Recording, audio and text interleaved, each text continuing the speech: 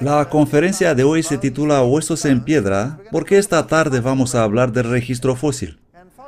Los fósiles siempre han despertado el interés de jóvenes y viejos. Por lo tanto, ¿qué son estos huesos en piedra y por qué son tan diferentes de lo que vemos hoy? La ciencia nos quiere hacer creer que todo ha ocurrido hace millones y millones y millones de años y que estas criaturas anduvieron en la Tierra en algún momento de la historia y representan una forma de vida totalmente diferente de lo que tenemos hoy. Así como hemos visto en la última conferencia, hemos estudiado la columna geológica, que no es completa en ninguno de sus niveles, y también hemos visto que existen criaturas en esa columna geológica que, según la ciencia, reflejan formas de vida desde muy simples a muy complejas. Por lo menos eso es lo que dicen en los libros de texto. Así es como es presentado el asunto en las escuelas y básicamente la teoría dice que los eucariotes, que son organismos unicelulares desde simples hasta tener núcleos como tenemos nosotros, y dicen ellos que evolucionaron millones de años y luego de repente, hace 600 millones de años, tenemos este tremendo registro de vida en la Tierra, empezando con esas criaturas y a través del tiempo hasta llegar a los homínidos en el último periodo de este desarrollo. Y se nos dice que esta evolución es recta desde la simplicidad hasta la complejidad. Así es como se presenta este tema en las escuelas. Ellos dicen que en las áreas inferiores tenemos criaturas primitivas como esas, pero en realidad no existen criaturas primitivas. Vamos a poner las cosas en claro. No existe tal cosa como organismo simple. Cada organismo en este planeta es muy complejo. Y lo que tenemos aquí son animales marinos sésiles, encontrados ampliamente en la base de la columna geológica, animales que viven ahí al fondo. Cuando subimos un poco en la columna tenemos cosas que mueven y nadan, pero no hay nada simple respecto a esos organismos. Ellos tienen un sistema bioquímico altamente complejo, un sistema anatómico, todo está ahí, todo está desarrollado. A medida que subimos, en silúrico tenemos algunas más extrañas criaturas arrastrándose y algunos materiales. Luego llegamos a Devónico, que es conocido como la época de los peces. Por lo tanto, tenemos muchísimos peces en el Devónico y el registro es realmente cubierto de peces. Algunos interesantes fósiles de peces que vamos a ver en un momento.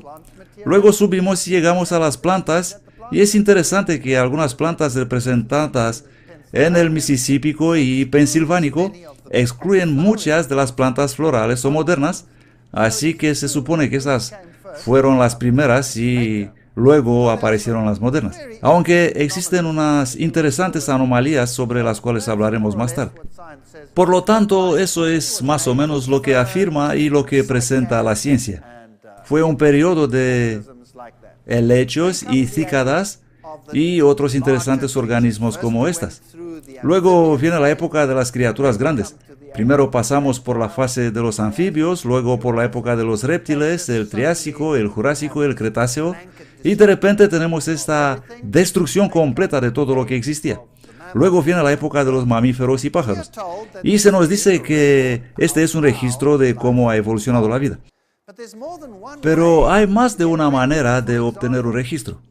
Por ejemplo, si yo tengo un estanque en mi jardín y un bulldozer viene con un montón de barro y plump, cubre mi estanque, como sucedió en alguna catástrofe, y si al fondo de mi estanque había algunas plantas y algunos cucarachas y caracoles arrastrándose en el lodo y algunos pececitos de oro nadando en mi estanque y un pato en la superficie, y si todo eso sería cubierto, ellos serían cubiertos en ese orden.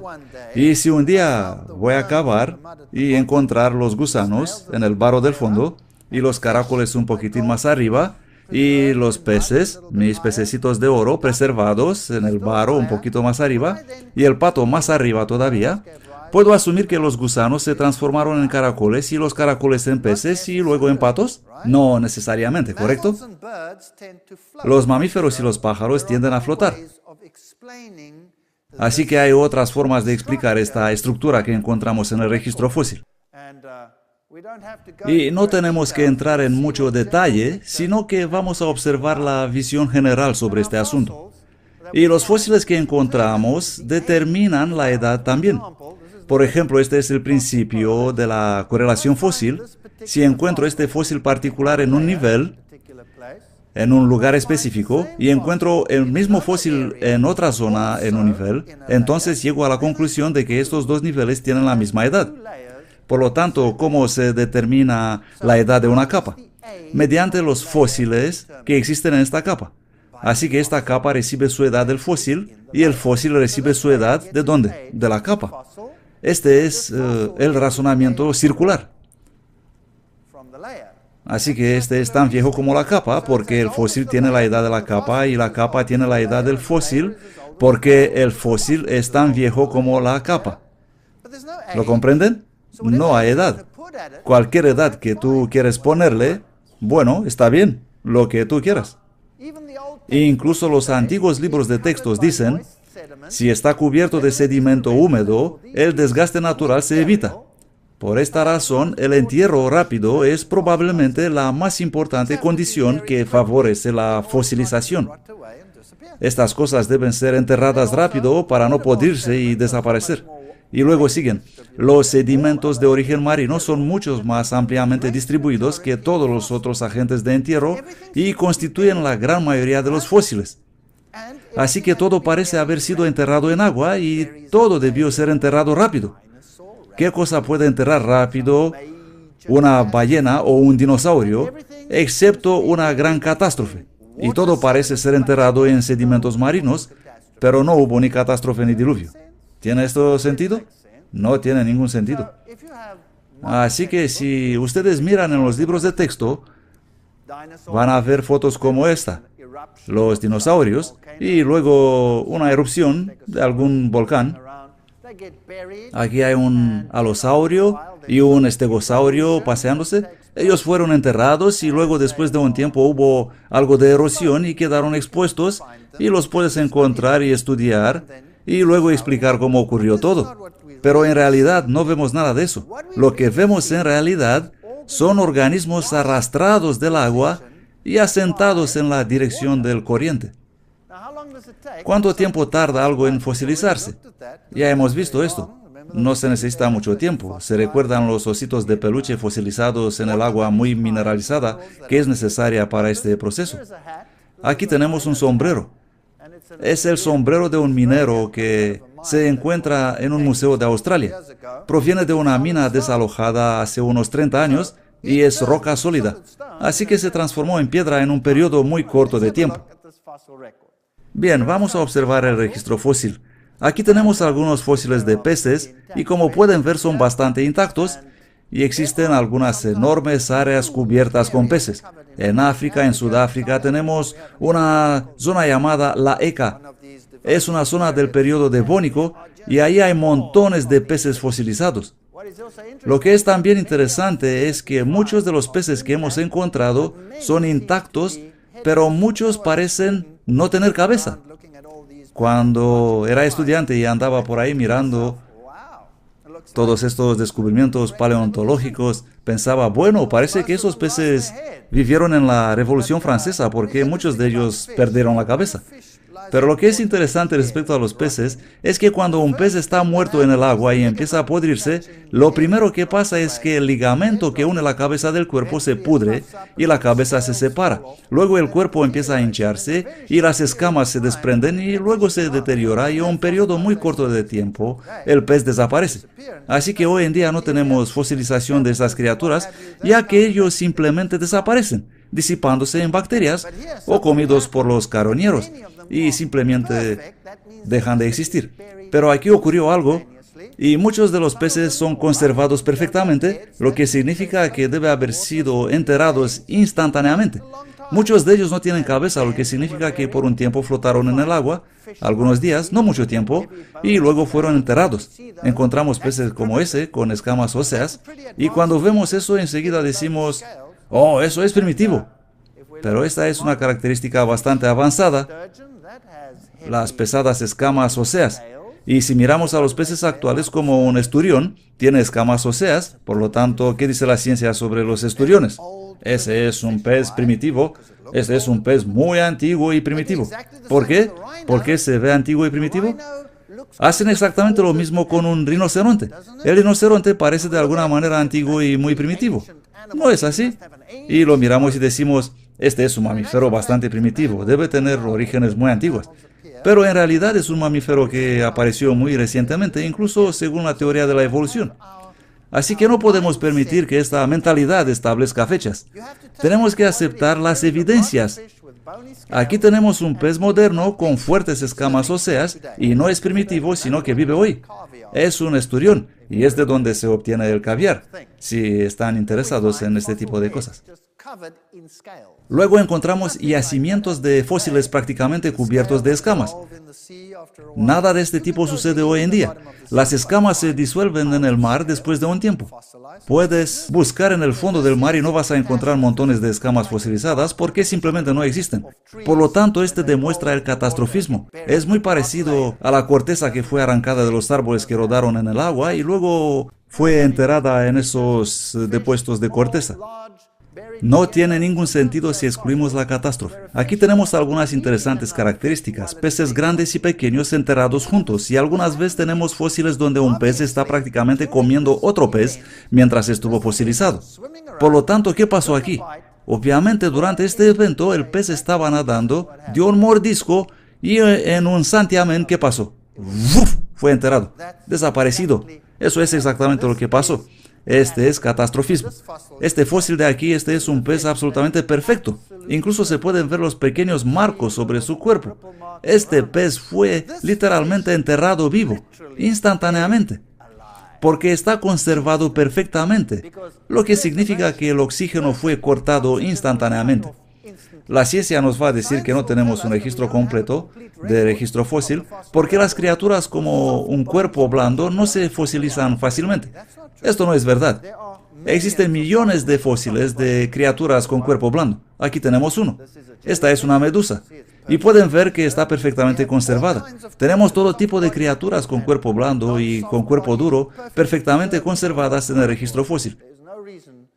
No existe ninguna razón para que la ciencia afirme que esto no ocurre en el registro fósil porque no se fosilizan fácilmente.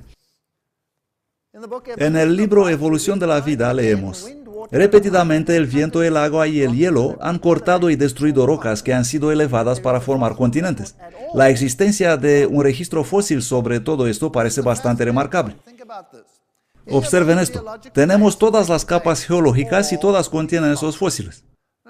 Si tomamos una cadena de montaña, por ejemplo, que se está erosionando rápidamente y se erosiona hasta desaparecer, ¿qué desapareció? Desapareció un registro de tiempo, con todos los fósiles que contenía. Así que decimos, por ejemplo, el Himalaya se está erosionando por lo menos 2 metros cada 1000 años. Esta es la cifra exacta que da la ciencia. 2 metros cada 1000 años. Eso es lo que desaparece. Ahora, lo que es interesante es que si eso es real, si eso desaparece, ¿por qué la montaña sigue todavía ahí? Bueno, la ciencia da la respuesta y dice que la montaña está todavía ahí porque está siendo levantada. Nosotros llamamos a eso orogénesis, el levantamiento de las montañas. Bien, esta es una teoría bastante buena y en realidad la montaña se está levantando y se puede medir la tasa de levantamiento y eso puede estar más o menos al par con la tasa de erosión de la cima. Pero ahora tenemos un problema. Si este proceso ocurrió durante millones de años, eliminándose la cima y tener todavía la altura porque tenemos el levantamiento de la base, ¿es posible tener todavía el registro de la historia del mundo en la cima? ¿Sí o no? No puedes tener tu pastel si te lo has comido. No puedes eliminar algo y decir que se ha erosionado, pero está todavía ahí porque está siendo levantado desde abajo. Lo único que puedes tener son las cosas de la base que se están levantando arriba. Pero no es así, actualmente tenemos todo el registro grabado allí. Así que eso no es posible. En algún lugar hay una falla en este cuento. De alguna forma hay un problema. ¿Cómo es posible tener todavía el registro fósil cuando se supone que debió ser eliminado una y otra vez por el proceso llamado erosión durante millones y millones de años? Así que algunos científicos hacen estas declaraciones irónicas. La geología histórica es un registro de eventos que nunca ocurrieron en el tiempo que nunca existió. Vamos a echar un vistazo a lo que dice la ciencia. La revista Time recoge de los científicos y luego está esparciendo en todo el mundo para que jóvenes y todos los demás estén al tanto. Evolucionando a velocidad supersónica. Saben, cuando yo era estudiante de posgrado en la universidad se me enseñaba el darwinismo. El darwinismo tiene una lógica, pero el darwinismo requiere lo que nosotros llamamos gradualismo, un cambio gradual en el tiempo de una forma hacia otra. Este es gradualismo. Pero si miramos el récord fósil no vemos gradualismo. Gradualismo significa que deberíamos tener diferencias al paso del tiempo y tener una imagen desde el primitivo hacia el avanzado en el registro fósil. ¿No es esto lógico? Esto es lo que se esperaría, pero no se encuentra en el registro fósil. Lo que en realidad encuentras es que las criaturas están ahí, así que ahora tenemos un problema. Y entonces aparece el neodarwinismo. Gente como Stephen Jay Gould y otros como él que trabajaron en Harvard aparecen y dicen, no, lo que pasó es eso, existieron largos periodos de estabilidad y luego cambios rápidos, y por eso es que no vemos ninguno de los enlaces entre las épocas. Por lo tanto, evolucionando a la velocidad supersónica. ¿Cuán rápido evolucionan las cosas? ¿Cuándo explotó la vida? El Big Bang de la evolución animal. Un artículo científico publicado en la revista El Científico Americano. Un resumen de los eventos, así como lo conocemos hoy. Vamos a ver quién publicó eso. El personaje se llama Jeffrey Levington, profesor y director al Departamento de Ecología y Evolución de la Universidad Estatal de Nueva York en Stony Brook. Es una persona bien cualificada para decirnos cuál es el estado de este asunto hoy. Así que vamos a preguntar directamente a los mismos científicos sobre el statu quo. Él escribe, la explosión del Cámbrico, que es el nivel más bajo de donde la vida apareció. ¡Puf! Repentinamente. Se caracterizó por la aparición simultánea y muy brusca de muchas formas diversas de animales hace casi 600 millones de años. Ningún otro periodo en la historia de la vida animal puede igualar, noten las palabras, esta remarcable explosión de creatividad evolucionaria. Esto es muy interesante. Y luego él habla sobre las criaturas que existían entonces. Una evidencia que fue obtenida de la secuencia 18S es ribosoma ARN, ácido ribonucleico, y sugiere que varias especies y gran parte del filo, bueno, ¿qué es el filo? Es una subdivisión básica, una enorme agrupación de los animales. Por ejemplo, todos los caracoles, las babosadas, todos los moluscos marinos, todos los calamares y pulpos, todo eso constituyen un filo. Y luego tenemos los antrópodos, los de patas articuladas, todos los cangrejos, todos los insectos, todas las langostas, todo lo que mueve alrededor, ese es otro filo. Así que esos son enormes agrupaciones, categorías de animales. Y ese hombre sugiere que el filo, muchos filos, aparecieron casi instantáneamente. Es decir, ¡pum! Y ya estaban ahí. Stephen Jay Gould describe, rápido, resulta ser mucho más rápido que alguien jamás imaginó. Este es un artículo en la revista Naturaleza, sección de paleontología, considerada una de las mejores revistas científicas del mundo. El artículo titulado, Del mismo, no por encima de él. Dice, los antiguos libros de texto declaran que nuestro filo... Ahora, permítanme poner esto en perspectiva. El grupo, el filo del cual nosotros como seres humanos pertenecemos, se supone ser el pináculo de la evolución. ¿Dónde encaja eso? Justo al final del proceso, ¿no es así? Nosotros deberíamos aparecer los últimos, nuestro filo. La cita dice, los antiguos libros de texto declaran que nuestro filo, los cordados, no aparecen hasta el periodo ordovícico, y que esta evolución tardía debe implicar un estatuto avanzado. Pero el esquisto de Burgess contiene un cordado. ¿Qué significa eso? Bueno, ellos identificaron un cordado de la fauna Chengxian que sella la suerte de este esfuerzo equivocado de afirmar particularidades para nuestra ascendencia. Los cordados aparecen en la explosión cámbrica. Ups, ¿qué significa eso? Eso significa que cada filo, cada grupo, incluyendo al que nosotros pertenecemos, estuvo ahí desde el principio. Y esto es un gran problema. Durante las décadas pasadas, sin embargo, el descubrimiento y desarrollo de otra fauna de maravillosamente preservados cuerpos blandos de organismos cámbricos en China ha demostrado que esa completa diversidad se logró dentro de la explosión misma. Eso quiere decir que todo, cada forma de vida, cada especie que existe hoy, estaba ahí ¿desde cuándo? ¿Desde cuándo? Desde el principio. Esto no lo he inventado yo. Estos son científicos del más alto nivel, los más especialistas del mundo. Todo existe ahí desde el principio.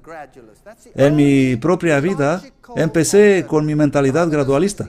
Es la única alternativa lógica. El darwinismo es la única alternativa lógica. Pero, por favor, no confundan lo lógico con lo correcto. Algo puede ser perfectamente lógico, pero puede ser perfectamente erróneo al mismo tiempo. ¿Comprenden? Así que el darwinismo es la alternativa lógica en la ciencia y vamos a observar el darwinismo para ver cuáles son los errores del darwinismo. Pero ¿todo apareció al mismo tiempo? Eso no puede ser. Así que tienes que cambiar. Así que hemos inventado la teoría del equilibrio puntuado. Suena muy bonito. Eso significa equilibrio, largos periodos de nada, y luego, pum, de repente, puntual, un cambio rápido, pam, pam, pam, pam, pam, y todo está ahí. Pero comprenden, no es muy difícil dar un paso adelante y decir, si todo fue ahí desde el principio, entonces pudo también existir, ¿qué? La creación. ¿Correcto? ¿No suena lógico? Puede también existir la creación. Ahora, ¿es esto algo totalmente nuevo? No. Él continúa escribiendo. Charles Darwin enfrentó este reto a sus preferencias gradualistas sobre las cosas que cambian con el tiempo, con característica honestidad, escribiendo en la primera edición de Orígenes de las Especies, que más tarde, por supuesto, desapareció de modo extraño. El caso actualmente permanece inexplicable y puede ser verdaderamente instado como un argumento válido en contra de las opiniones aquí sostenidas. Así que ellos sabían esto desde el principio. Por lo tanto, ¿existe tal cosa como un registro evolutivo que puede demostrar las cosas desarrollándose desde simples a complejas? La respuesta está absolutamente no. Lo que tenemos son organismos totalmente complejos que existen al mismo tiempo. Cuando los científicos intentan promover los árboles evolucionarios como este, en realidad no tenemos árboles revolucionarios. Tenemos lo que se llama campo evolutivo. El árbol tiene un tronco, es decir, empieza con un tronco desarrollando ramas y ramas, así que todo empieza con un simple tronco que se desarrolla a diversas cosas. Y este es el árbol de la vida. Todas estas distintas criaturas por todas partes, empezando desde un simple organismo y transformándose cada vez en más complejos. Esto es lo que la ciencia desearía enseñarnos. Pero en realidad no es así, sino que tenemos un campo, pum, pum, pum, pum, pum, todos los grupos al mismo tiempo. Por lo tanto, las ranas parecidas a esta en actualidad siempre aparecen de igual forma en todo el registro, y los peces siempre son iguales, y los tiburones siempre son tiburones. Y todo lo demás es lo mismo. Cualquier organismo aparece sin cambio, y algunos de ellos ya no existen, pero encontramos otros parecidos en la actualidad. Y los científicos los ponen juntos, sugiriendo que vienen de un antepasado común. Pero esta parte de abajo de aquí, que los enlaza a todos, ¿es qué? Es una conjetura. ¿Que viene de dónde? Viene de la mente humana, no viene del fósil. Es muy importante que comprendamos eso. Y así pasa con los reptiles. Y si tomamos la tortuga, por ejemplo, no vas a encontrar una tortuga medio formada, o una formada solo un cuarto, o una parte de tortuga en desarrollo. Cuando en el registro fósil aparece una tortuga, siempre es que es una tortuga completa. Y punto. Si encontramos un lagarto, siempre es un lagarto completo. Las serpientes son serpientes, etcétera, etcétera. Todo es completo. Y los eslabones dibujados en los libros son simplemente suposiciones. Vamos a echar un vistazo a los criterios requeridos para el proceso evolucionario. Número 1, el proceso de simple a complejo. Esto sería lógico, ¿correcto? Esto es lo que requiere la evolución. Número 2, la evolución requiere el desarrollo desde pequeño a grande. Esto es llamado la ley de Carroll. Carroll fue un científico que dijo, todo debe empezar desde pequeño y crecer. No hay otra manera. Así es lógico. Piensen en eso. No vas a empezar con un rinoceronte y acabar con una ameba. Empezarás con una ameba que se desarrollará hasta llegar a ser un rinoceronte. Así sería lógico, ¿no? Así que esta es una asunción perfectamente lógica que harías si la evolución fuese correcta. Y también si la vida comenzó de alguna manera fortuita en algún lugar del planeta, de repente apareció allí, solo hubiera sido un organismo que supuestamente empezó a multiplicarse cada vez más, si la teoría es correcta. Así que empezamos con poca diversidad hasta la gran diversidad. Así sería lógico. Esto es lo que esperarías. ¿Pero qué tenemos? No tenemos eso en absoluto. Tenemos complejidad irreducible. De repente están ahí todos. ¡Pum! Y algunas de las características en lo que tenemos no pueden ser simplificadas. No funcionarán si fueran simplificadas, así que deben ser complejas. Todo tiene que estar ahí al mismo tiempo. Algunos de los organismos y estructuras en los organismos vivos son tan complicados y necesitan tantas partes y bloques de construcción que si no fueran complejos desde el principio no podrían existir. Así que de alguna forma todo debió aparecer al mismo tiempo. Por lo tanto, no tenemos el progreso desde simple a complejo, sino que todo fue siempre complejo. ¿Tenemos el desarrollo de pequeño a grande? No. Si vamos en la historia del pasado, todo era grande y enorme y mucho más grandioso de lo que vemos hoy. Hoy tenemos solamente una pequeña fracción de lo que solía existir en términos de tamaño y en términos de diversidad. Tenemos la diversidad invertida. Esperaríamos la diversidad desde poco a mucho, pero nos encontramos con muchas más criaturas en el pasado de lo que existen hoy en día. De hecho, solo nos queda una mínima parte de lo que solía vivir en el planeta. Así que encontramos exactamente lo opuesto de lo que se esperaría encontrar. Bueno, eso es un problema. Gold en su artículo escribe, el regreso de los monstruos esperanzados, en la revista Historia Natural. Recordemos que eso viene de científicos de alto nivel. Stephen Gould está muerto ahora, pero todavía sus escritos trabajan. El artículo dice, los árboles genealógicos que adornan nuestros textos de libros se basan en la inferencia, vienen de la mente humana, que, aunque razonable, no es evidencia de los fósiles. Por lo tanto, la teoría de Darwin sobre esto es lo que deberíamos esperar, es lógica si fuera verdadera. Pero la realidad es que no encontramos eso, sino exactamente lo opuesto. Y los árboles genealógicos se basan en especulaciones. Si vamos al registro fósil y miramos la evolución del caballo, así es como está representada. Empezamos con esta pequeña criatura llamada Eohippus, que inicialmente se llamaba Hyracotherium, y luego lo cambiaron en Eohippus. Y se desarrolla continuamente hasta el caballo moderno. Esta extraña criatura de aquí, el Hyracotherium, está representado así, y su nombre es Hyracotherium porque se parece con un iracoide, el iracoide de roca. De hecho, no era otra cosa que un iracoide de roca. Luego llegamos a otro tipo de animal hasta el caballo, y ordenaron los caballos desde pequeño a grande. Esto es lógico, pero no es necesariamente correcto. Si pongo aquí un montón de cráneos de perros, imagínense eso un momento. Tenemos un montón de cráneos de perros, de todo tipo de perros que existen en el mundo. Los tenemos aquí delante. Y supongamos que nunca hemos visto un perro antes. Y digo, dibujad para mí el árbol genealógico del perro. ¿Cómo lo harían? ¿Cómo formarían el árbol genealógico de los perros? Lo ordenarían de pequeño a grande. Así que el chihuahua está ahí justo en la base. Ahí está. Y luego, ¿cómo desarrollarían el árbol genealógico? Bueno, podrían cada criatura según su anchura, su altura, su grosura, en una rama u otra, ¿no es así? Así que tendrían los perros gordos y pequeños en una parte, y los altos y flacos en otra parte, y en el medio los géneros intermedios, y en otra rama a los alargados y parecidos a una salchicha, y los afganos con su hocico largo, y dibujarían un bonito árbol genealógico. Y estaría perfectamente lógico, pero ¿estaría correcto? No. Sería absolutamente equivocado. ¿Por qué?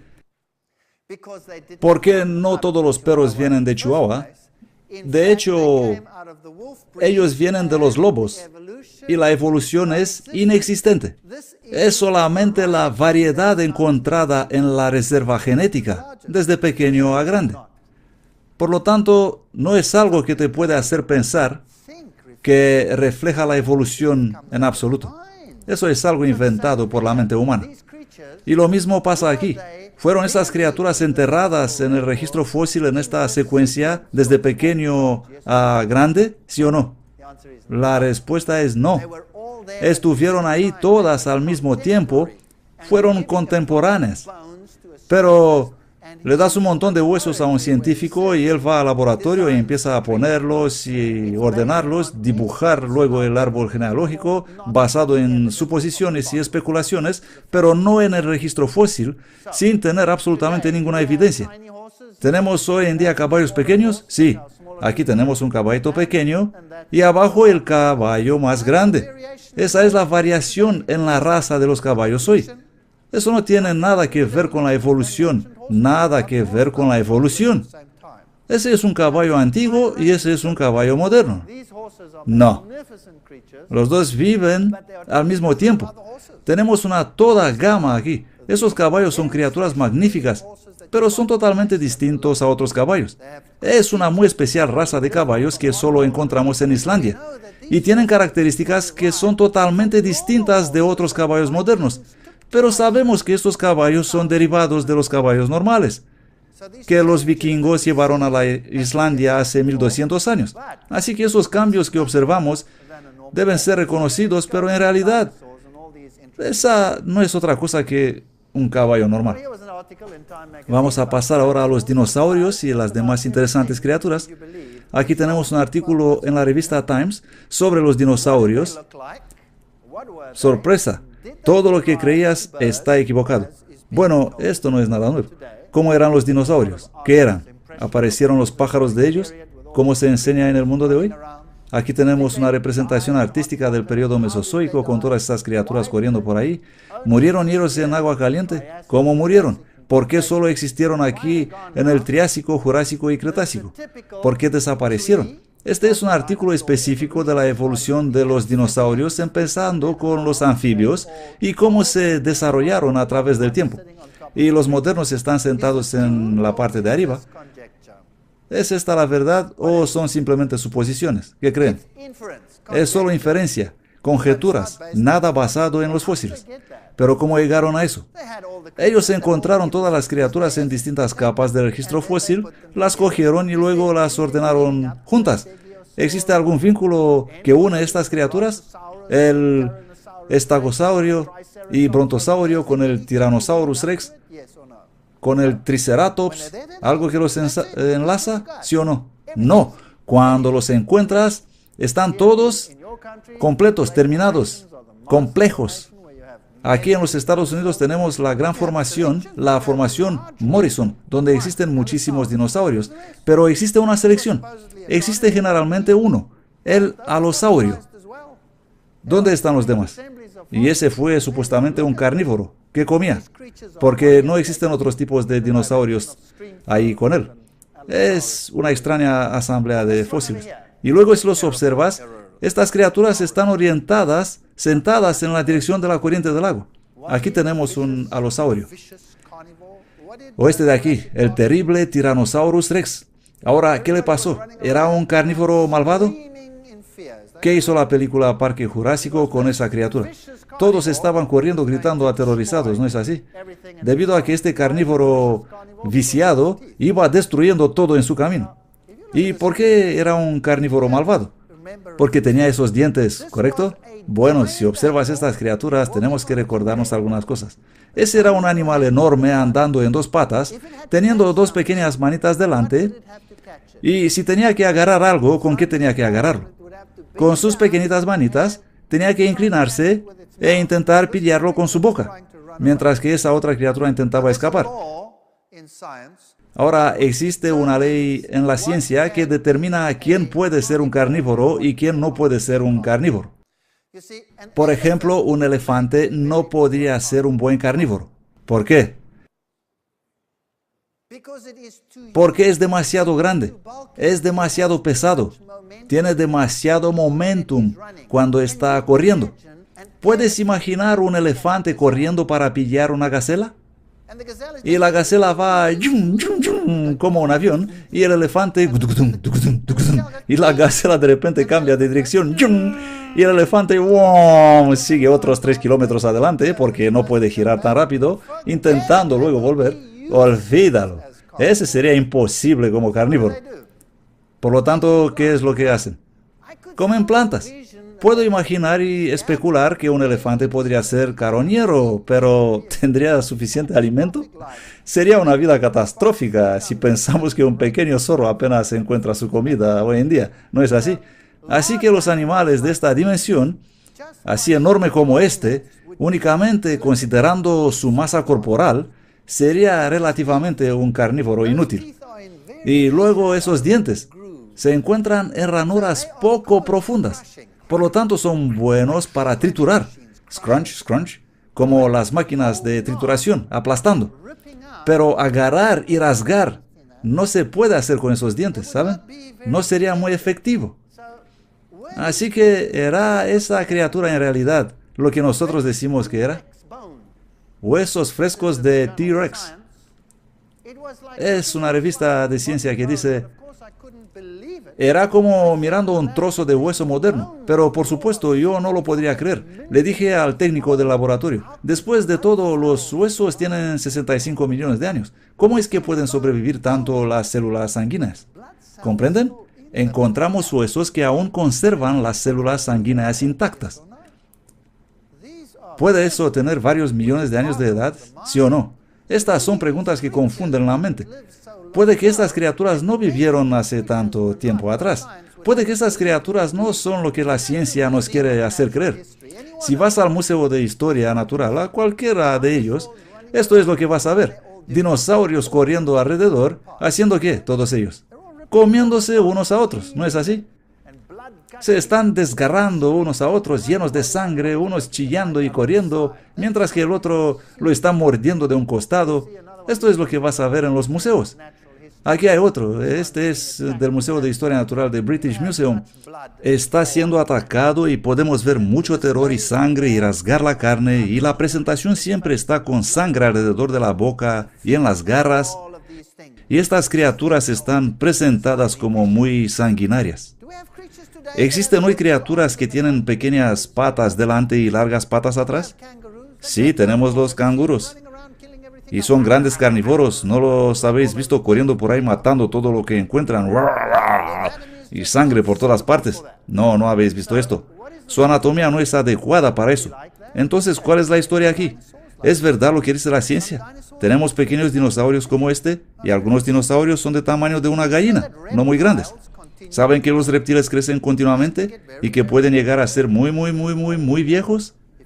Si observamos las tortugas, por ejemplo, si tenemos una tortuga de pocos días de edad, ¿qué tamaño tendrá?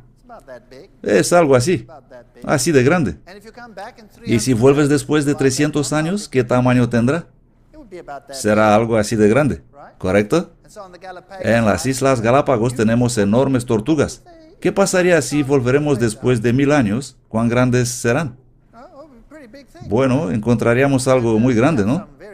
Y de hecho tenemos algunas criaturas asombrosas hoy día. Aquí podemos ver una presentada en el Museo de Historia Natural de Londres. Se puede ver lo grande que es. Esas criaturas solían ser verdaderamente grandes. Y probablemente esta criatura era una criatura de pántano andando por las lagunas y alimentándose de ellas. A su lado tenemos un triceratops, obviamente un comedor de plantas. Miren su boca. Es exactamente como la de cualquier criatura que se alimenta de plantas. Las tortugas tienen bocas como esta, así que esta criatura era herbívora. Y tenía esos cuernos peligrosísimos. ¿Por qué? Ya sabes, tenía que protegerse. ¿De quién? Pues de esos carnívoros malvados. Tenía ese enorme mecanismo de defensa que cumplía su trabajo. Esto es lo que la ciencia enseña a los jóvenes hoy en día. Y esta es la imagen que todos tenemos en la mente. Hola, ¿qué es eso? Es un camaleón. Y tiene 3 cuernos ahí. Es un triceratops moderno. Uno pequeño. Algunos camaleones son así de grandes, otros son pequeñitos. Tenemos mucha variedad. Y esos cuernos seguramente son para protegerle de los carnívoros sanguinarios que pululan por ahí. ¿Verdadero o falso? Muy falso. ¿Para qué sirven esos cuernos?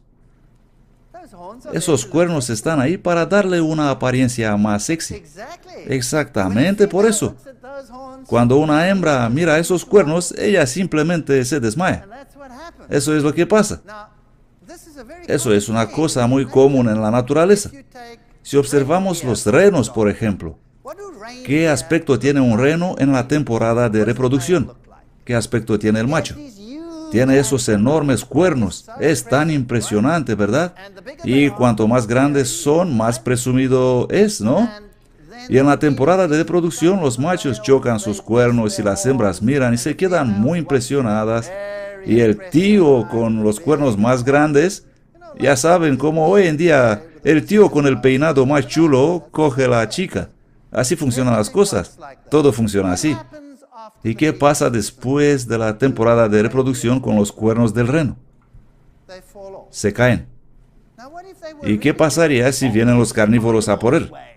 Pues tendría problemas en la mayor parte del año, ¿correcto? Porque no tiene ninguna protección. Esta es una mentalidad que fue plantada en las mentes de los seres humanos y que no tiene ninguna base en la realidad. Y esas criaturas probablemente no son muy distintas de los lagartos y otros animales que vemos hoy, exceptuando el tamaño, porque todo solía ser muy grande.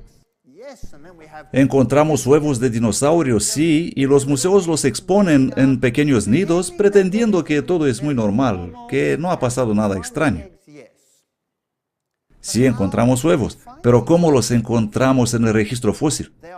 Todos fueron arrasados por grandes inundaciones. Todos han sido enterrados en depósitos de inundaciones catastróficas.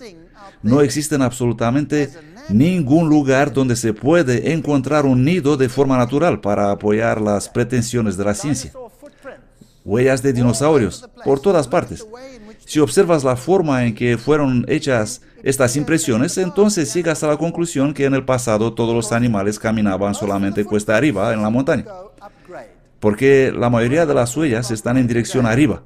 Si observas la topografía actual, tienes que prestar atención a cómo era en el pasado, porque pudieron haber existido elevaciones y depresiones del terreno. Y cuando estos animales pisaron el suelo, dejaron impresiones en el barro y todas están en dirección hacia arriba.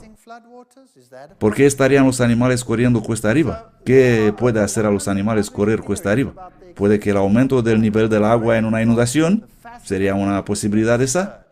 Existen más de 100 teorías publicadas sobre la extinción de los dinosaurios, abarcando desde la fascinante hasta la absurda. ¿Explica algunas de ellas la muerte de los dinosaurios según los hechos?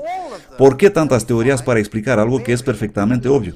Todos ellos, lo que hemos encontrado hasta ahora, han sido enterrados en enormes campos de inundación, arrastrados en la misma posición, orientados en la dirección de la corriente del agua. Todos los cebos que hemos encontrado han sido arrastrados en la misma posición, pero ninguno de ellos murió en la inundación. ¿Tiene esto algún sentido? Para mí no tiene ningún sentido. Observemos los pájaros. Los pájaros son un tema particular y lo dejaremos para la siguiente sesión. Fin primera parte. Segunda parte.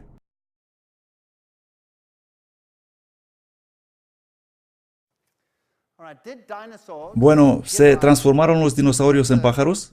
Una pregunta muy interesante. La ciencia dice que sí. Al menos eso aprendemos en la escuela. Eso es lo que los niños aprenden en la escuela cada día.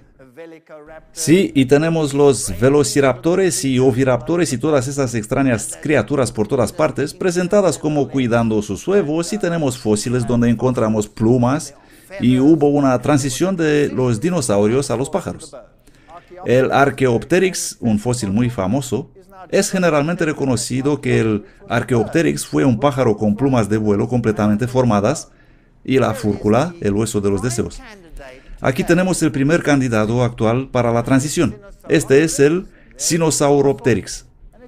Y ahí está el fósil y observamos atentamente y podemos ver esas pequeñas cosas aquí que parecen ser impresiones de plumas, aunque no son muy claras como huellas de plumas en absoluto. Y veremos lo que los científicos del más alto nivel tienen que decir. Estas todas son publicaciones de revistas como el Diario de la Ciencia, que es el equivalente a la revista Naturaleza. Grandes publicaciones. Las nuevas investigaciones muestran que las aves carecen del pulgar embriónico que tienen los dinosaurios, eso sugiriendo que es casi imposible que las especies sean estrechamente relacionadas. Y otra declaración, un equipo dirigido por el experto en aves Alan Feduxia, presidente de biología en la Universidad de Carolina del Norte, ha estudiado los embriones de aves en el microscopio y publicaron sus estudios en la revista Ciencia. Un equipo dirigido por John Rubin, un experto en fisiología respiratoria en la Universidad Estatal de Oregón, ha estudiado también los contornos fósiles de los órganos internos del Sinosauropteryx. Sus pulmones parecidos a unos fuelles no pudieron haber evolucionado para convertirse en los pulmones de alto rendimiento de las aves modernas. ¿Comprenden? Se trata de algo más que plumas. Rubén y el experto en aves antiguas Larry Martin creen que los así llamados rastros de plumas son en realidad fibras de colágeno desgastadas debajo de la piel, es decir, que no son plumas en absoluto. El experto en plumas Alan Brush de la Universidad Connecticut señala que los rastros carecen de la organización que se encuentran en las plumas modernas. Por lo tanto, no son plumas en absoluto. Esto es lo que dicen. Y si miramos los pulmones, por ejemplo, en el primer caso los mamíferos tienen pulmones como este, donde el aire entra en un pequeño saco como un globo, y cuando respiramos el globo se llena, y cuando expiramos el globo se vacía. Y así funcionan nuestros pulmones. Cada vez que llenamos los pulmones, mezclamos el aire de afuera con el aire que se encuentra ya en el pulmón, y resulta menos oxígeno que si esa mezcla no se produciría. Si vas subiendo una cuesta y llegas a cierta altitud, te quedas sin aliento. ¿Por qué? El aire es más rarificado, hay menos oxígeno y estás soplando difícilmente y haciendo la mezcla. Si subes en la cima del monte Everest, ¿qué tendrás que llevar contigo para sobrevivir? Botellas de oxígeno. Tendrás que llevar botellas de oxígeno. Y estarías ahí con tu botella de oxígeno intentando sobrevivir y descansando y disfrutando el panorama, y escuchas cuac, cuac, cuac, cuac, cuac. ¿Y quién vuela por encima? Una bandada de gansos. Y dices, ¿qué tienen ellos si yo no tengo, que pueden volar por ahí y yo apenas puedo respirar a esta altura? Las aves tienen pulmones distintos. No tienen esos sacos donde se hace la mezcla de aire, como en nuestro caso, sino que tienen un grupo de sacos antes de los pulmones y un grupo de sacos después de los pulmones. Y el aire pasa de unos a otros a través de pequeños tubos. La anatomía y la fisiología es totalmente distinta en los pulmones de las aves que en los pulmones de los reptiles o en los pulmones de los mamíferos. Por lo tanto, no se pudieron transformar unos en otros. Y también las plumas son estructuras altamente complejas que jamás se pudieron desarrollar progresivamente para ser eficientes. Tuvieron que estar ahí totalmente formadas o ser inútiles para el vuelo. Una de dos. Así que aquí tenemos enormes problemas fisiológicos. Veamos más declaraciones científicas. Thor Olson, conservador de aves del Museo Nacional de Historia Natural del Instituto Smithsonian, escribió en respuesta a un artículo de National Geographic que acababa de declarar a todo el mundo que es un hecho que las aves vienen de los dinosaurios. Veamos qué tiene que decir este experto. Las imágenes de dinosaurios emplumados son simplemente imaginarias y no pueden ser consideradas excepto en la ciencia ficción. ¿Cuántas veces han oído eso en la escuela? Que los dinosaurios se transformaron en pájaros. Es totalmente falso. Es solo propaganda. De hecho, es una ciencia desleal porque se basa en una mentira. La idea de dinosaurios emplumados y del origen terópodo de las aves es activamente promovido por un grupo de científicos emocionados que actúan en conjunto con ciertos editores de la revista Naturaleza y National Geographic. Parece existir una agenda en el mundo científico. Esos científicos se erigieron en portavoces altamente partidistas y proselitistas de la fe. La verdad y el estudio científico cuidadoso de las evidencias se cuentan entre las primeras víctimas en sus programas de televisión, convirtiéndose ahora en uno de los más grandes fraudes científicos de nuestra época. El equivalente paleontológico de la fusión fría. No existe tal cosa. Pero nuestros hijos están siendo sometidos a esta mentira todos los días. Más adelante escribe, Alan Feduccia, el presidente del Departamento de Biología de la Universidad Carolina del Norte, declara que es biofísicamente imposible evolucionar el vuelo a partir de tan grandes bípedos con las extremidades delanteras cortas y pesadas colas para el equilibrio, exactamente la más incorrecta anatomía para el vuelo. El origen de las aves del dinosaurio terópodo será, según mi opinión, la mayor vergüenza de la paleontología del siglo XX. ¿Creen ustedes que la ciencia va a escuchar eso? Lo dudo mucho. Lo predican y lo enseñan porque esa es la única solución que tienen. ¿Por qué? ¿De dónde vienen los pájaros si no se transformaron de algo? Porque Dios nunca va a ser aceptado. La creación jamás será reconocida. La complejidad tuvo que caer del cielo. ¿Qué son esos? Esas son las famosas piedras Ica de Perú. ¿Y qué son estas piedras? Estas son piedras que vienen de las antiguas culturas indígenas. ¿Y qué vemos ahí? Yo veo un triceratops. Aquí se puede ver con perfecta claridad. Esos son reptiles voladoras. Son pterodáctilos, sin ninguna duda. Y hay personas montadas sobre ellos. Muy interesante. Muchas criaturas en las piedras Ica. ¿Acaso es posible que el hombre y esas criaturas fueron contemporáneos? ¿De dónde provienen todas las leyendas con dragones y combates? ¿Saben que los escritores antiguos que ni siquiera escribieron alguna vez sobre la ciencia, los poetas o simplemente los historiadores, escribiendo generalmente, solo mencionando de paso a esas criaturas que ellos llamaban dragones, dicen que vivían en África o en la jungla por ahí y por todas partes, siendo muy comunes para ellos? Existen muchísimas ocasiones cuando tenemos registros de tales descripciones y luego encontramos cosas extrañas como esas piedras. No creo que los lagartos del pasado eran muy distintos de los lagartos que tenemos hoy. Si observamos este lagarto moderno que vive hoy, el basilisco, que vive en los corrientes de la jungla, y miramos esta criatura, ¿no se parece a algo de ciencia ficción? ¿No es muy mono? Creo que es absolutamente encantador. Pero imagínese que un paleontólogo pone la mano en este fósil. ¿Qué hará con él? ¡Wow! Sería la criatura más feroz bajo el sol, cuando en realidad es una linda pequeña criatura que vive ahí para encantarnos la vista. George Gaylord Simpson, uno de los décanos de la evolución, dice: se ha sugerido que todos los animales están ahora especializados y que las formas generalizadas de las cuales dependen los grandes desarrollos revolucionarios están ausentes. En realidad, todos los animales han sido siempre más o menos especializados y una forma de vida generalizada es puramente un mito o una abstracción. ¿Qué significa eso en el lenguaje sencillo? Él dice que no existe tal cosa como un animal simple que se complicó. Es un mito. Cuando observamos el registro fósil, todo está complicado al mismo tiempo. ¿Qué es lo que tenemos en el mundo de hoy?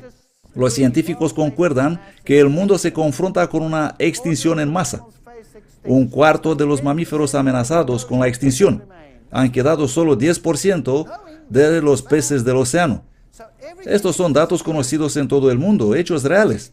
Por lo tanto, todo está desapareciendo. Lo que explica por qué en el pasado había mucho más de lo que existe ahora. Y eso parece lógico. Si estamos poco a poco lentamente erradicando las cosas mediante la extinción, tarde o temprano vamos a tener que... nos quedamos sin nada. La selección natural está haciendo un gran trabajo eliminando todo del planeta. Y si miramos al pasado, vemos un mundo mucho más grandioso de lo que tenemos hoy. Y la ciencia está distorsionando el panorama. Pero no se trata de lo que se les parece a ellos. Esas criaturas existieron en realidad. Así que, jóvenes amigos, si el mundo será restaurado a lo que solía ser, cuán encantador sería todo. ¿Cuántas criaturas habrá? Observando el registro fósil encontramos extrañas criaturas del pasado que hoy ya no existen. ¿Pero qué es una amonita? Las amonitas son criaturas altamente complejas, parecidas con los calamares que viven en una concha y nadando por el mar, al igual que los calamares modernos sin concha. Aquí tenemos estas criaturas muy complejas. No hay nada sencillo en ellas. Estos son trilóbites, descritos por la ciencia como muy antiguos y como los primeros organismos que evolucionaron, lo que es basura, porque ya hemos visto que todo existió ahí al mismo tiempo y que son ellos. Son antrópodos de alta complejidad, ya no viven hoy, pero no hay nada sencillo sobre ellos en absoluto. Cavaban túneles y tenían todo el equipamiento que necesitaban desde el principio. Este es Nautilus, un así llamado muy antiguo fósil. Así es como vive hoy, y este es uno fosilizado. Y podemos ver que son idénticos, nada ha cambiado. Si miramos los organismos marinos como esta estrella de mar, las ofiuras y todas estas criaturas, ahí está el fósil y estas son las formas vivientes, y vemos que nada ha cambiado, nada.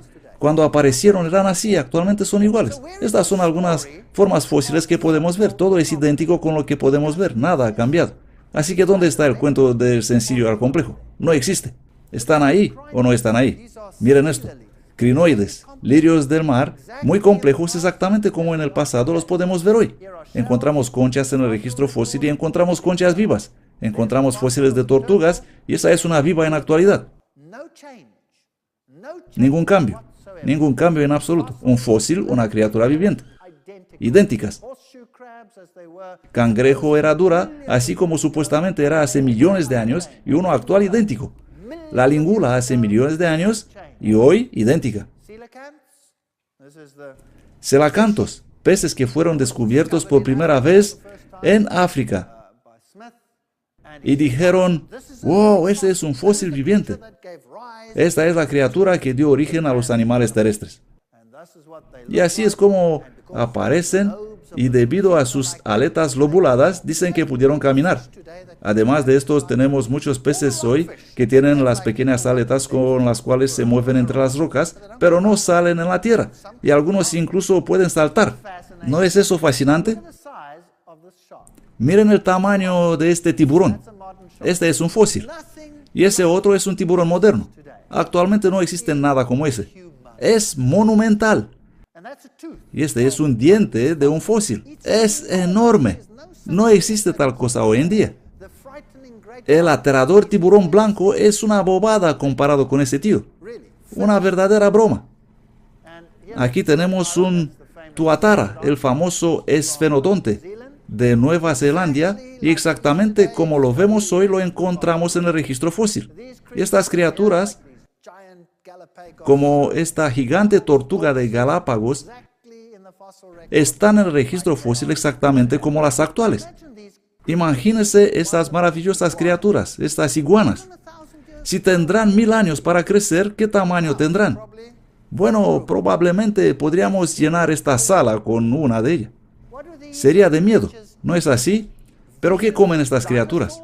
¿Son dinosaurios sanguinarios? Bueno, si los científicos encontrarían algún fósil, eso es lo que dirían.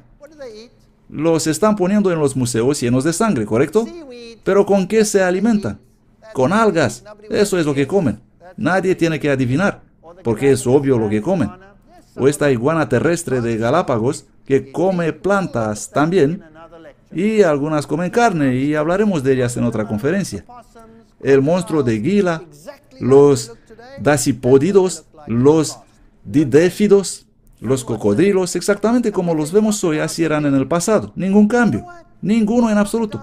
Y nosotros creemos que los cocodrilos son grandes. ¿Saben qué? Los cocodrilos que viven hoy son juguetes comparados con los que existían en el pasado. ¿Quieren ver la diferencia? Les voy a mostrar la diferencia. Aquí tenemos un armadillo gigante, y este es un fósil de cocodrilo. Y en el segundo plano un cráneo de cocodrilo moderno. No hay ninguna diferencia en la anatomía, por lo tanto no existe evolución aquí, sino únicamente una gran diferencia que es de qué. Este tío es simplemente enorme. Es tan enorme que ni siquiera puedes imaginarlo. Si te encontrarías con este cocodrilo, sabrás que has visto un cocodrilo de verdad. Es aterrador. Ahora, ¿por qué es tan grande? ¿Por qué es tan grande? Es esta evolución. ¿Qué enseña la evolución? ¿Que vas de qué a qué? De pequeño a grande. Pero aquí vamos de algo gigante a una miniatura.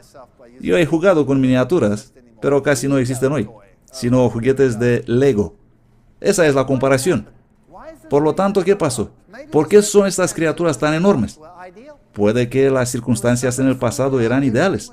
Había mucha comida por todas partes, las condiciones eran perfectas, las temperaturas eran perfectas y tenían mucho tiempo para crecer sin que nadie los amenace con la extinción, y ahí estaban enormes, gigantes.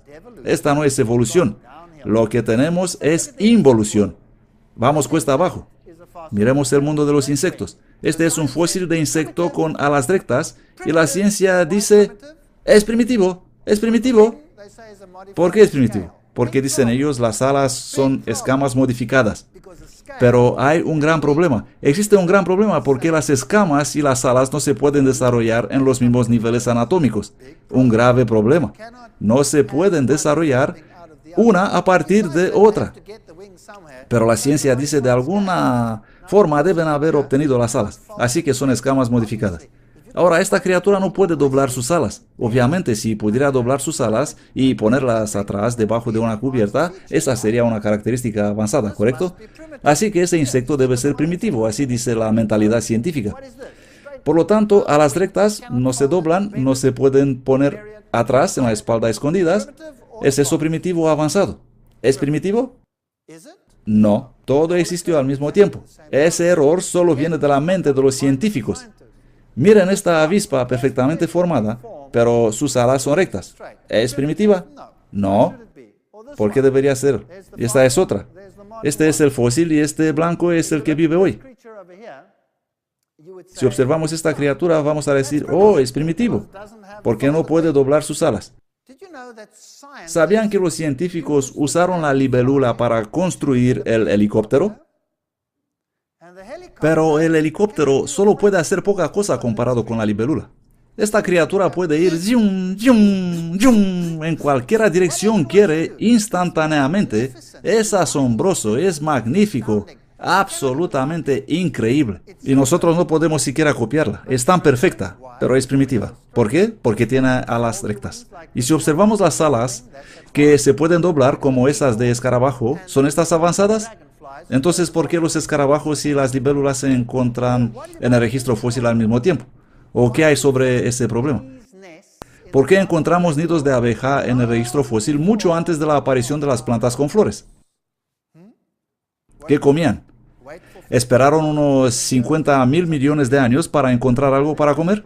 Creo que hay un problema con eso. Aquí tenemos una mantis religiosa, la verde, y aquí tenemos un fósil, sin ningún cambio, las dos iguales.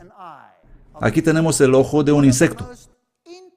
Una de las estructuras más complejas conocidas en el mundo hoy.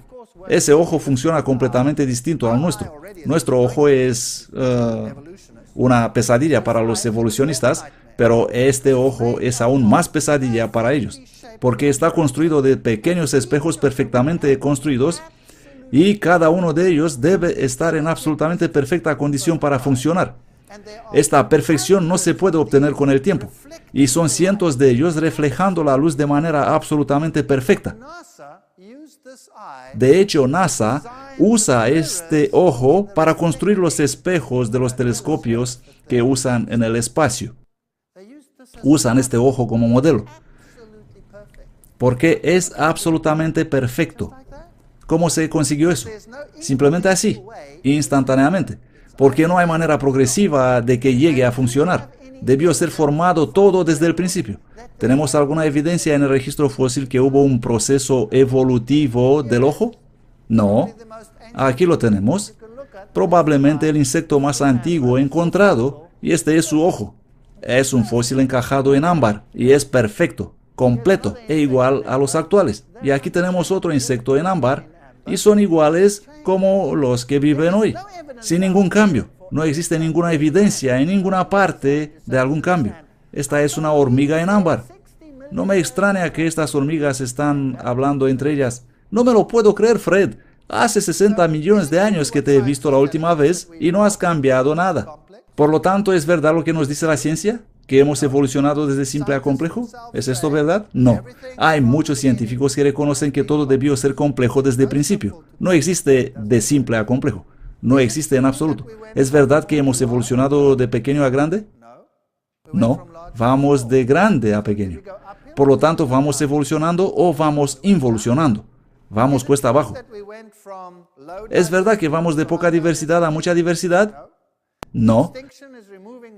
La extinción elimina cada vez más y más y más del planeta y los científicos por allá en el mundo gritan y dicen que si no paramos eso nos vamos a quedar sin nada. Así que vamos de mucha diversidad a poca diversidad. ¿Es verdad que los animales aparecieron gradualmente en el tiempo o aparecieron repentinamente? ¿Qué muestran las evidencias científicas que acabamos de ver? Que todo apareció de repente al mismo tiempo. Piensen en esto. Yo no me invento nada. Yo solía ser un evolucionista. Solía creer en la evolución.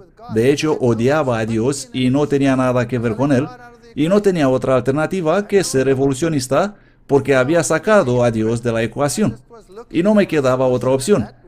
Y no era un hipócrita, sino que estaba buscando una solución. Y esa era la única opción disponible, ser evolucionista. E incluso como evolucionista tuve que cambiar de gradualismo a equilibrismo, al equilibrio puntuado. ¿Por qué?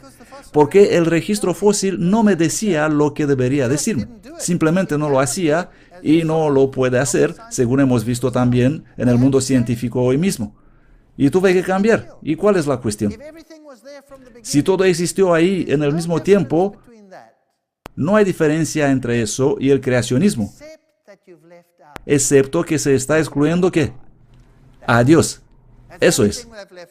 Lo único que se deja afuera del esquema es Dios. Ellos lo llaman explosión repentina de creatividad evolutiva y simplemente dejan a Dios fuera de la ecuación. Esto es todo. Así que ¿existe Dios o no existe Dios? Bueno, ustedes deciden. Esta es Welwitschia. Welwitschia es una planta que simplemente no muere. Ellas crecen continuamente y crecen hasta llegar a ser muy, muy viejas. Encontramos Welwitschias gigantes en Namibia, en el desierto, y nos pueden decir algo sobre cuán viejas pueden ser las cosas por ahí. Si observamos los árboles más viejos del mundo, los Bristlecone Pine, pinos de cono erizado, siendo los más famosos, los más viejos, ¿qué edad tienen? Bueno, la Welwitschia más vieja tiene hasta 2000 años de edad. El más viejo pino de conos erizados tiene entre 4000 y 5000 años de edad. Hace poco tiempo decían que tiene 6000 años de edad, pero luego observaron que no habían tomado bien en cuenta la estructura anular y actualmente todos concuerdan con 4000 a 5000 años. Si visitamos Redwood National Park, ¿qué vamos a encontrar? Árboles enormes, gigantescos. Estos son bosques de primera generación. Estos árboles son increíbles porque su corteza es incombustible. Incluso si el fuego enciende el bosque, los árboles sobrevivirán. Es un bosque de primera generación, es decir, que no hubo nada en este terreno antes. ¿Cuántos años tiene el más viejo del planeta? Entre 4000 y 5000 años. Si observamos el sistema de ríos del mundo, ustedes tienen aquí cerca el río Mississippi.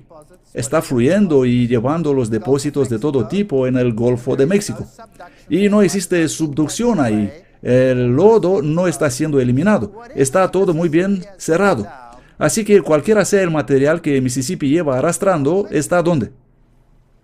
En el Golfo de México. Lo mismo pasa con el Nilo. Cualquiera sea el material que Nilo lleva depositando, ¿dónde se encuentra? En el Mediterráneo. Así que si miramos la boca del Nilo, encontramos un delta enorme donde todo el limo que fue transportado miles de años está depositado. Y se sabe exactamente cuánto material están transportando estos ríos, porque el ser humano construye embalses en esos ríos que con el tiempo se llenan con limo y dejan de ser embalses siendo inutilizados. Así que actualmente se trabaja intensamente para decidirse si es económicamente factible construir los embalses de esa manera. Y para medir las cantidades de material depositado, ellos ponen redes y dispositivos en el agua para calcular la cantidad de deposición anual y hacen eso por varios años para determinar cuánto tiempo pasará hasta que el embalse deja de ser útil. Eso es muy lógico, ¿no es así? Hicieron eso en el Nilo y tomaron fotografías de satélite y determinaron cuánto material llevó el Nilo en toda su vida. ¿Y saben qué? No existe ningún río más viejo de 4.000 a 5.000 años. No existe. No existe ninguna planta más vieja de 4.000, 5.000 años. Pero alguien puede decir, hey, para un momento. Tenemos evidencias arqueológicas, tenemos evidencias de las naciones de China que existieron y cosas más antiguas que eso. Sí, cuando era niño escuchaba eso. Cuando me enseñaban egiptología, ¿qué decían? Egipto existe desde cuántos miles de años antes de Cristo. Y luego las evidencias se amontonaron. ¿Y qué pasó con esas fechas? ¿Qué les hicieron? ¿Qué pasó con las fechas de China, con las fechas de Egipto, con las fechas de Mesopotamia? Pues se volvieron cada vez más cortas y más cortas y más cortas, y actualmente es que alguien es atrevido si dice 3.000 años antes de Cristo. Pero por cierto, si habla de 5.000 años, le van a estigmatizar. ¿Por qué? Porque ellos saben que en un par de semanas, el tiempo se acortará. ¿Por qué? Saben, en el pasado solían poner todos los reyes de modo secuencial. Decían este reino aquí, y el otro aquí, y el otro aquí, y el siguiente aquí, y tenían una larga lista de reyes por mucho tiempo. Porque sabían que este rey había gobernado tantos años, y el otro tantos años, un largo periodo de tiempo. Luego un día descubrieron, sí, que fueron padre e hijo gobernando al mismo tiempo. Y un padre y 3 hijos gobernando al mismo tiempo. Y de este modo el tiempo se acortó. Y luego se acortó más. Y finalmente llegamos a un interesante escenario. Si tomamos la historia de Europa, por ejemplo. Hombre, si hemos existido durante millones de años, ¿por qué solamente podemos rastrear la historia de Europa por unas pocas décadas? Siglos, o tal vez un milenio o 2 antes de Cristo, y antes de eso nada. Inglaterra, no había nada en esta isla 2.000 años antes de Cristo. Nada estaba pasando ahí. Así que verdaderamente estamos tratando con un fenómeno muy interesante. Y estos árboles, sí, son enormes. Puedes incluso pasar con el coche a través de ellos. Pero el punto final es, todo apareció al mismo tiempo, todo estuvo completamente formado, no existe ninguna evidencia de cambio de una forma a otra. Hay muchas evidencias científicas de más alto nivel que una forma no dio lugar a otra, así como están enseñando en las escuelas cada día. Y creo que esos científicos están teniendo prácticamente un único problema básico. Y ese problema es la negación de la divinidad. Eso es todo. Ese fue mi problema también. La negación de la divinidad. No tiene nada que ver con la ciencia. La ciencia se ha trasladado en el terreno de la fe. Y ustedes pueden elegir por sí mismos a quienes desean creer. Esa elección les pertenece. Pero no es necesario estar expuesto a mentiras con el fin de encajar una teoría. Gracias.